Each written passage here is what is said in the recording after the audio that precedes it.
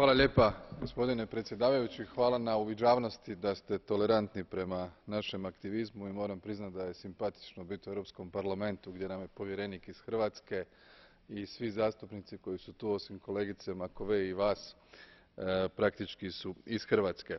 Važna tema, imam samo tri točke koje mi se čini bitnim. Mislim da je dobro da je kolegica Macovei stavila u fokus za IPA-u 2 da se sredstva za reformu pravosuđa, za borbu protiv korupcije alociraju u većem iznosu. Iskustvo Hrvatske iz pristupnih pregovora govori da je snažan politički angažman na suzbijanju korupcije i organiziranog kriminala bio ključan i za zatvaranje pregovora, ali i za promjenu mentaliteta u društvu. To je bilo ključno u našem kontekstu tranzicije.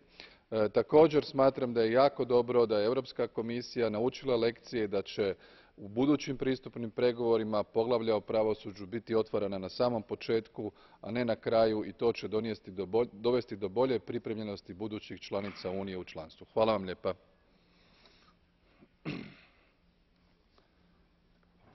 Vielen Dank, Herr Kollege Plenković. Zum Abschluss des Catch the Eye Verfahrens Frau Kollegin Maletić.